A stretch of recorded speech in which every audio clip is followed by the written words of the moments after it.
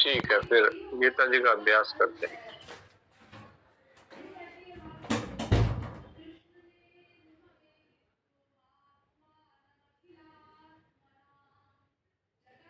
और तीसरे अध्याय का कौन सा श्लोक है? 19वां श्लोक। 19वां, ठीक है। पहले मैं पढ़ता हूँ तीसरे अध्याय को 19वां श्लोक, फिर आप लोग पाठ करेंगे। तस्मादसक्तः सततं कार्यं कर्म समाचर, असक्तो ह्याचरन् कर्म परमाप्नोति पुरुषः। तस्मादसक्तः सततं कार्यं कर्म समाचर, असक्तो ह्याचरन् कर्म परमाप्नोति पुरुषः। इसलिए तू निरंतर आसक्ति रहित होकर कर्तव्य कर्म का भली भांति आचरण कर, क्योंकि आसक्ति रहित होकर कर्म करता हुआ मनुष्य परमात्मा को प्राप्त हो जाता है।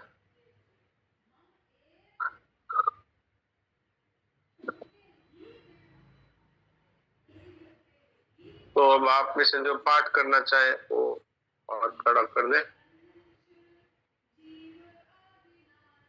हाँ, सिद्ध पाठ कराएगा जी। नारायण, मैं प्रीति बोल रही हूँ। अच्छा, प्रीति कराओ। तस्मासक्त सततं कार्यं कर्म समाचर, असक्तो ह्याचरन् कर्म परमाप्नोति पुरुषः। ठीक, अच्छा है।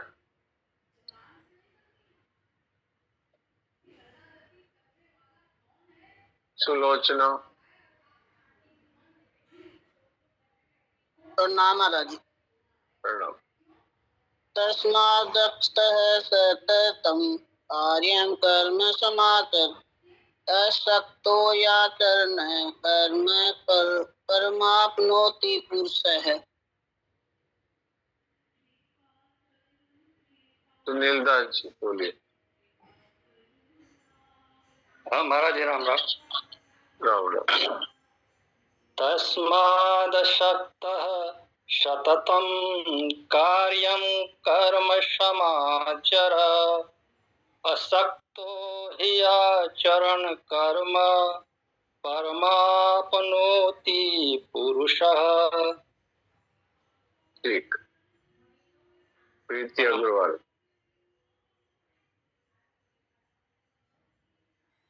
नारायण नारायण, प्रणाम डॉक्टर साहब। नारायण नारायण। तस्मादसक्तः सततं कार्यं कर्म समाचर, असक्तो याचरन् कर्म परमाप्नोति पुरुषः। बहुत अच्छा। नारायण। सोहन सांगवान जी। राम राम जी सर। राम राम। तस्मादसक्तः सततं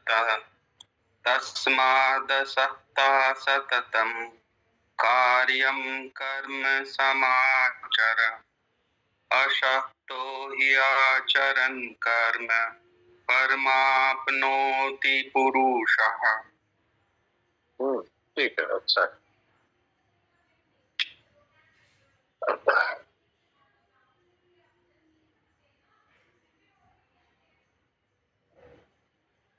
अर्चना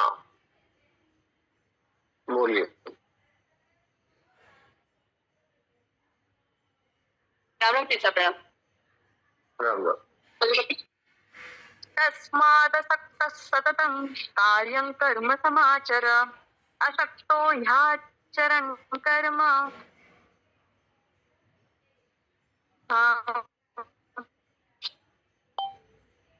परमाप्नोति पुरुष है, हमको सुना नहीं, शायद बीच में लाइन चली गई होगी। वापस से बोलूं?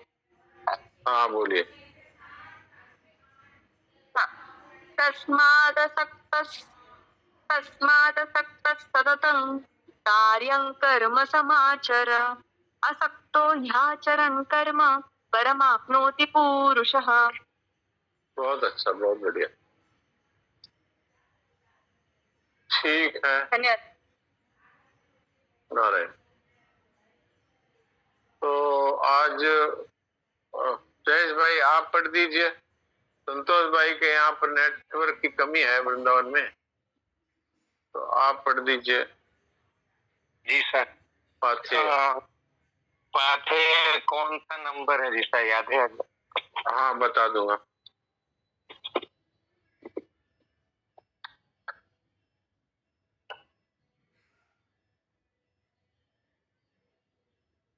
पाथे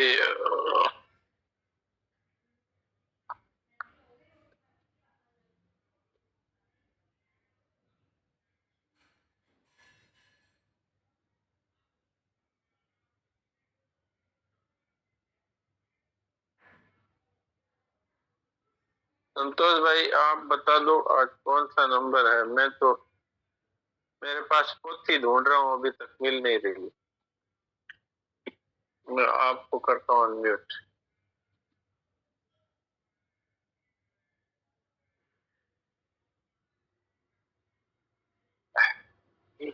हाँ बोलिए। एक बार ऐसा करो 45 का पढ़ लूं आज।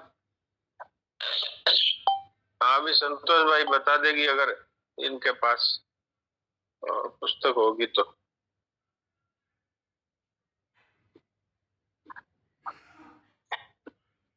राम प्रणाम जी साहब।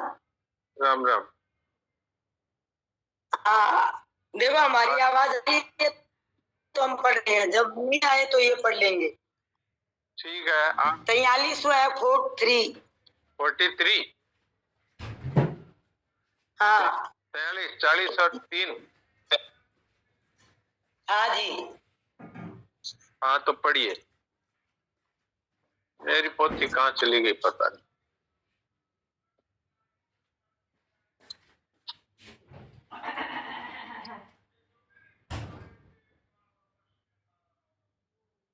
चलिए पढ़िए, आज तो मेरे को नहीं मिल रही है। हाँ पढ़िए। लखनऊ का है 9/12। हाँ दिव्य ज्योति चिन्मय धाम निवासिनी स्नेह में दुलारी बेटी, सर्वदा शांत तथा प्रसन्न हो। किसी के आग्रह में भी बीज रूप से अपनी रुचि विद्यमान रहती है। भोजन आपकी आवाज कट रही है, आप पढ़ो। जय भाई। जी सर। राम राम। राम राम। पत्र संख्या 43 लखनऊ हाँ 9/12/1955। हाँ दिव्य ज्योति चिन्मय धाम निवासिनी स्नेहमयी दुलारी बेटी, सर्वदा शांत तथा प्रसन्न रहो।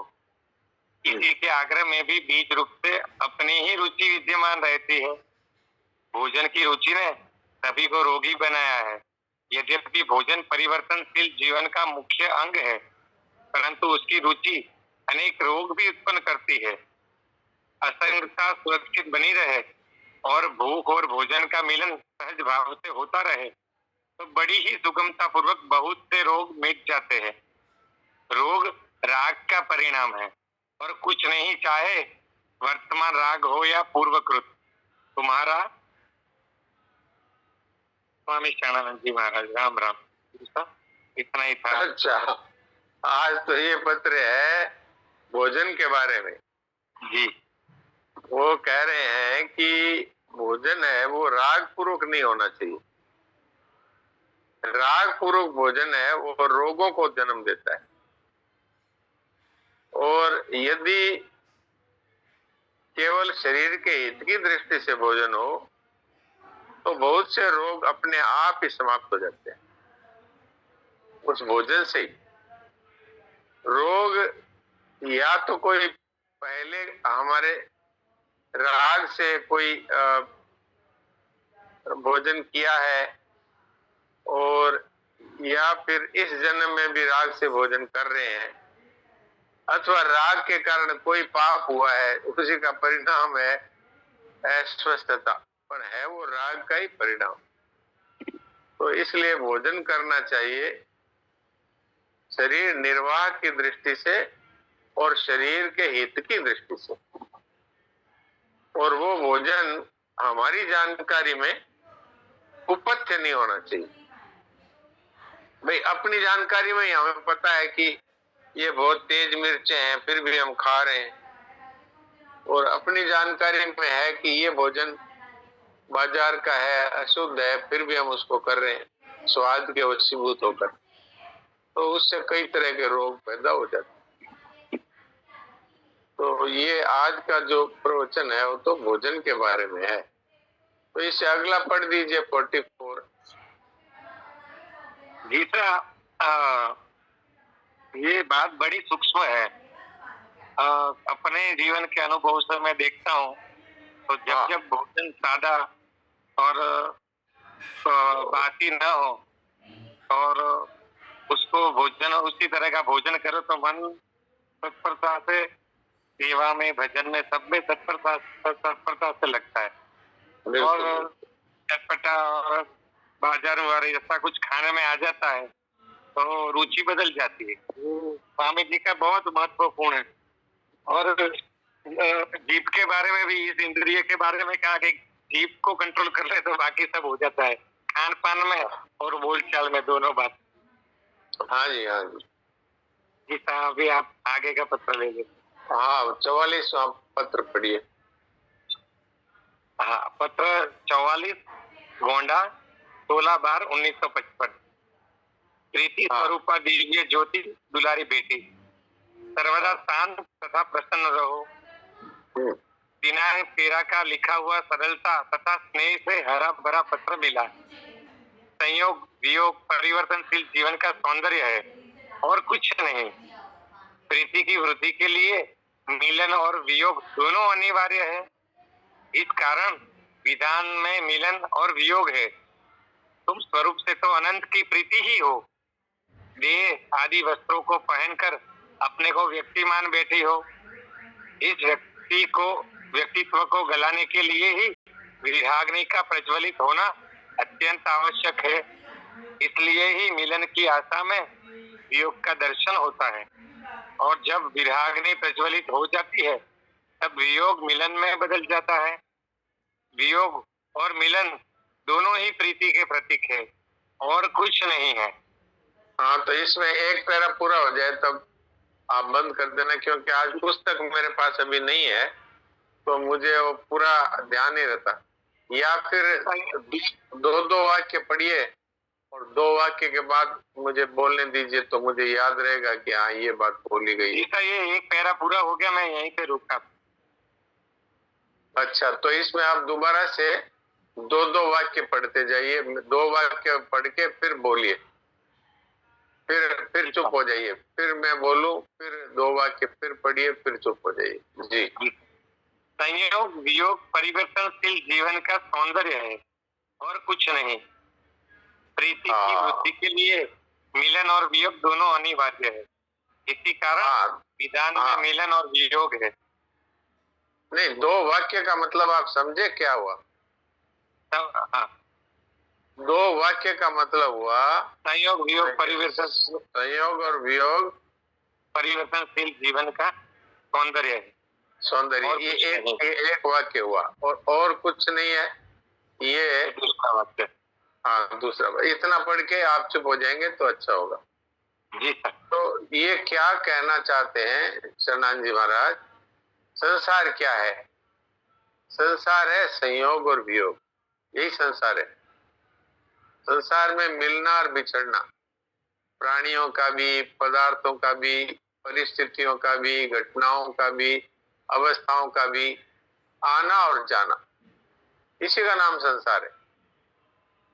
तो ये वास्तव में संयोग और वियोग यदि साधन की दृष्टि से देखा जाए तो ये एक प्रकार से साधन में जो संयोग अर्थात परमात्मा का परमात्मा का ध्यान हो रहा है, परमात्मा की स्मृति हो रही है, ये संयोग हुआ। फिर वियोग हो गया कि अब स्मृति नहीं हुई, विरह हो गया, मिलन हो गया। ये है संसार में, तो ये वस्तुओं का संयोग और वियोग होता है, और परमात्मा के भक्ति के साम्राज्य में यहाँ पे विरह और मिलन होता है। तो संयोग और वियोग तो क्या है, क्या बोला है? संयोग और वियोग परिवर्तनशील जीवन का सौंदर्य है। सौंदर्य है, यानी और कुछ नहीं। माने इस संसार में संयोग और वियोग है, यही इसकी विशेषता है। अच्छा, आगे पढ़िए। प्रीति की वृद्धि के लिए मिलन और वियोग दोनों अनिवार्य है। हाँ, ये जो है संसार में तो संयोग और वियोग है, ये इसकी परिवर्तनशीलता का एक सौंदर्य है, या यूं कह दे परिवर्तनशीलता का एक लक्षण है संयोग और वियोग। ये तो संसार की तरफ हो गया, लेकिन परमात्मा के रास्ते में प्रेम होता है तो उसका संयोग और वियोग होता है, क्षमा करें, उसका विरह और मिलन होता है। तो वियोग में विरह हो गया और संयोग में मिलन हो गया। तो विरह और मिलन है, ये तो है आध्यात्मिक जगत की बात, और संयोग और वियोग है, ये है भौतिक जगत की बात जी। तो प्रीति की वृद्धि होती है, ये जो विरह और मिलन है, दोनों में ही विरह में याद आती है तो उसका एक अलग ही उसका रस होता है, और संयोग जब मिलन होता है तो उसको मिलने का एक रस होता है। ये अध्यात्म जगत की बात है जी। आगे। इसी कारण विधान में मिलन और वियोग है। हाँ, इसी कारण विधान में मिलन और वियोग है। तुम स्वरूप से तो अनंत की प्रीति ही हो। हाँ, वास्तव में संसार में मिलन और वियोग है, ये तो बदलने वाली चीज है, लेकिन हमारा जो परमात्मा के साथ संबंध है वो तो पहले से ही था, हम भूल गए, और अभी भी है और आगे भी रहेगा। तो ये जो आध्यात्मिक जगत का जो मिलन और विरह है, ये तो प्रीति की वृद्धि का एक तरीका है, और संसार का जो संयोग और वियोग है वो वास्तव में हमें ये बताता है कि ये सदा रहने वाला नहीं। और जो प्रीति की एकता है वो पहले से ही है, अभी हम भूल गए, लेकिन वो जो कि त्यों अभी भी है। जब तक संसार का मिलन और संसार का संयोग और वियोग इसको हम महत्व देते रहेंगे, तब तक पारमार्थिक मार्ग का जो विरह का रस है और जो मिलन का रस है वो हमें मिलेगा नहीं, वो हमें अनुभव में नहीं आएगा जी। देह आदि वस्त्रों को पहनकर अपने को व्यक्ति मान बैठी हो, इस व्यक्तित्व को गलाने के लिए ही विराग्नि का प्रज्वलित होना अत्यंत आवश्यक है। ये शरीर को हमने पहन रखा है, वास्तव में तो हमारा स्वरूप शरीर है नहीं। शरीर तो ऐसे है जैसे हम बाहर निकलते हैं तो कुर्ता पहन लेते हैं, धोती पहन लेते हैं, इस तरह से हम जब परमात्मा के घर से बाहर निकले तो ये हमें ये शरीर पहनने के लिए मिल गया। अब इस पहने हुए शरीर को ही मेरा और मैं मान लिया तो जो वास्तव में मेरा है वो छिप गया, अर्थात सामने होते हुए भी अब नहीं दिखता है, क्योंकि हम तो शरीर को ही सत्य मान रहे हैं।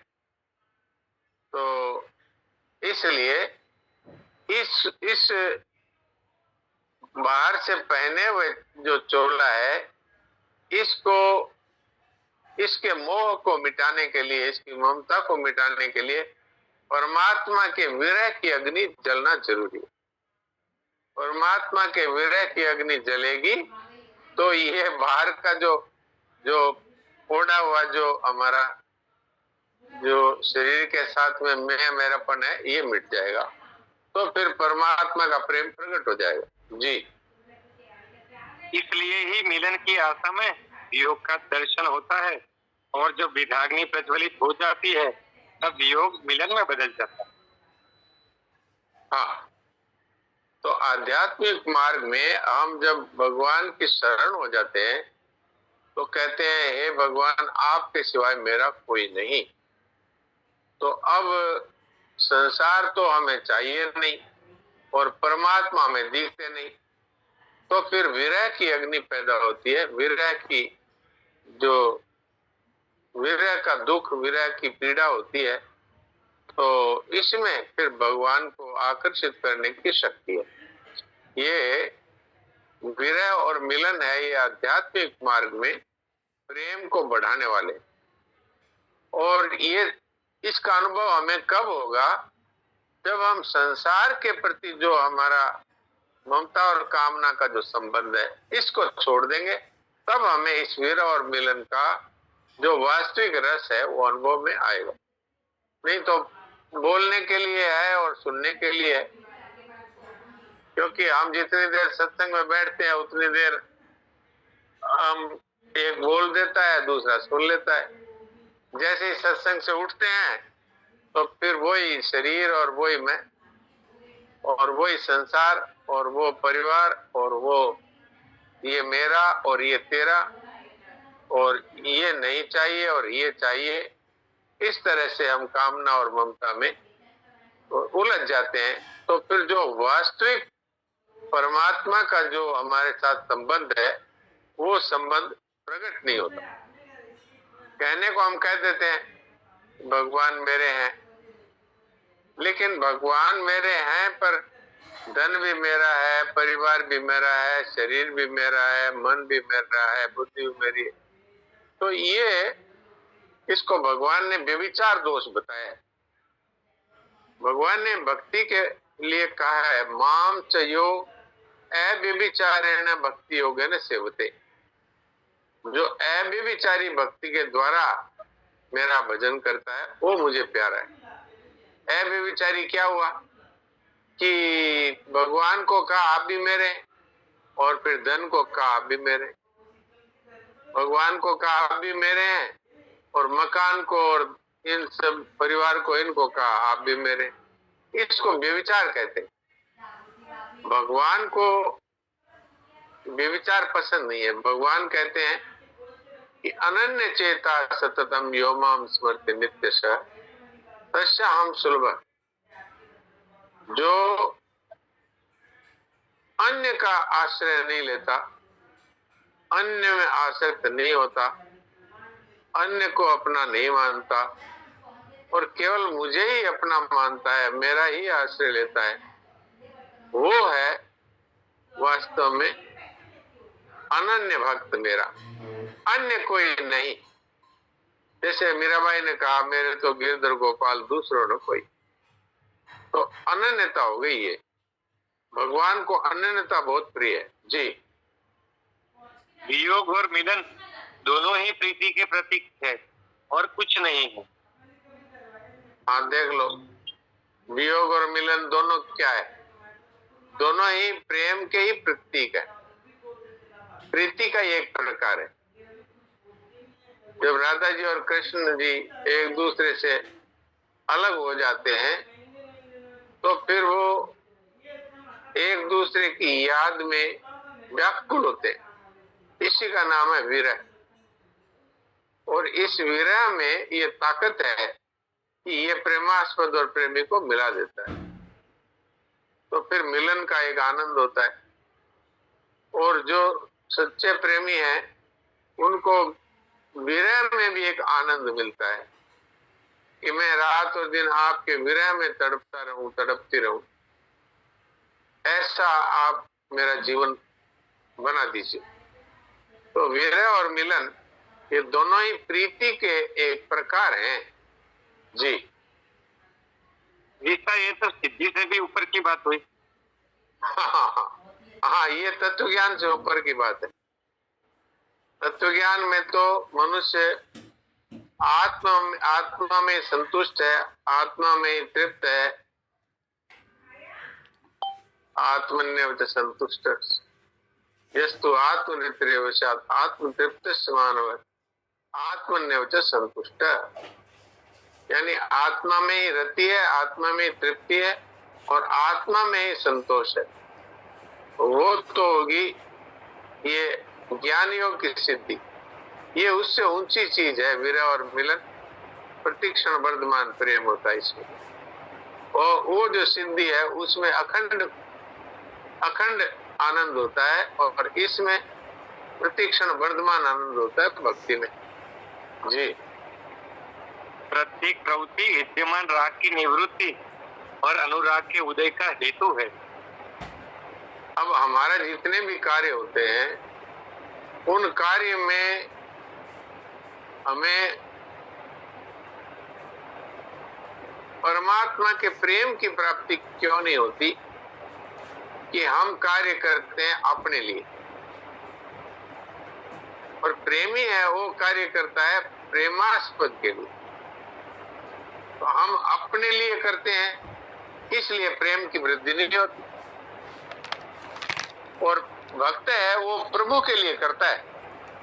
स्वयं कर्मणा तमभ्यर्च्य सिद्धिं विन्दति मानव है। अपने अपने कर्मों के द्वारा उस अपने प्यारे का पूजन करना। तो अपने कर्मों से प्यारे का पूजन क्या हुआ? यहाँ तक कि हम स्नान करते हैं तो प्रेमी भक्त का ये निश्चय होता है कि भगवान के शरीर को स्नान करा रहा हूं। अगर गृहिणी है तो घर में झाड़ू लगाती है तो कहती है भगवान के घर की सफाई कर रही हूं। कपड़े धोती है तो भगवान के परिवार की सेवा कर रही हूं। तो इस तरह से उनका प्रत्येक कार्य है, वो प्रत्येक प्रवृत्ति है, वो भगवान के प्रेम में हेतु हो जाती है। जी। आगे यही बात आती है, पर कब? जब प्रवृत्ति के मूल में प्रिय का नाता हो। हाँ, यही बात है कि जो कुछ भी हम कर रहे हैं उसमें ये हम भगवान की सेवा कर रहे हैं। जैसे कोई व्यापारी है तो व्यापार कर रहा है तो वो इसलिए व्यापार करता है कि मैं पैसे कमाने के लिए, धन कमाने के लिए कर रहा हूं। लेकिन यहाँ पर भक्त है वो भगवान की प्रसन्नता के लिए कर रहा है। ये भगवान ही आ रहे हैं हमारे पास जो सामान खरीदने, तो सामान इनको अच्छे से अच्छा दूं, सही तोल दूं, सही चीज दूं और उचित मुनाफा लूं, तो फिर ये भगवान की पूजा हो गई। किसान है वो इसलिए अन्न उपजाए कि भगवान के जनों की सेवा करनी है। चाहे परिवार की सेवा करो, चाहे समाज की सेवा करो, तो उनके लिए अन्न उगाना है। तो स्वयं कर्मणा तमभ्यर्च्य सिद्धिं विन्दति मानव। अपने अपने कर्मों के द्वारा और भगवान का पूजन करना, ये है मूल बात। तो यदि हम ये करते हैं तो बड़े आनंद की बात हो जाती है। हमारी प्रत्येक प्रवृत्ति है वो परमात्मा की पूजा हो जाती है। जी। अब तो 2 मिनट रहे होने वाले, करीब 2 मिनट रहे हैं, तो अब थोड़ी देर के लिए हम शांत हो जाएं, किसी प्रकार की क्रिया, किसी प्रकार का चिंतन ना करें और मूक सत्संग करें। मूक सत्संग का फल है स्वयं में स्थिति, अर्थात अपने स्वरूप में स्थिति, अथवा यूं कह दो कि अपने अभिमान का सर्वथा नाश और केवल आत्म तत्व में स्थिति। ये है मूक सत्संग का परिणाम। जी।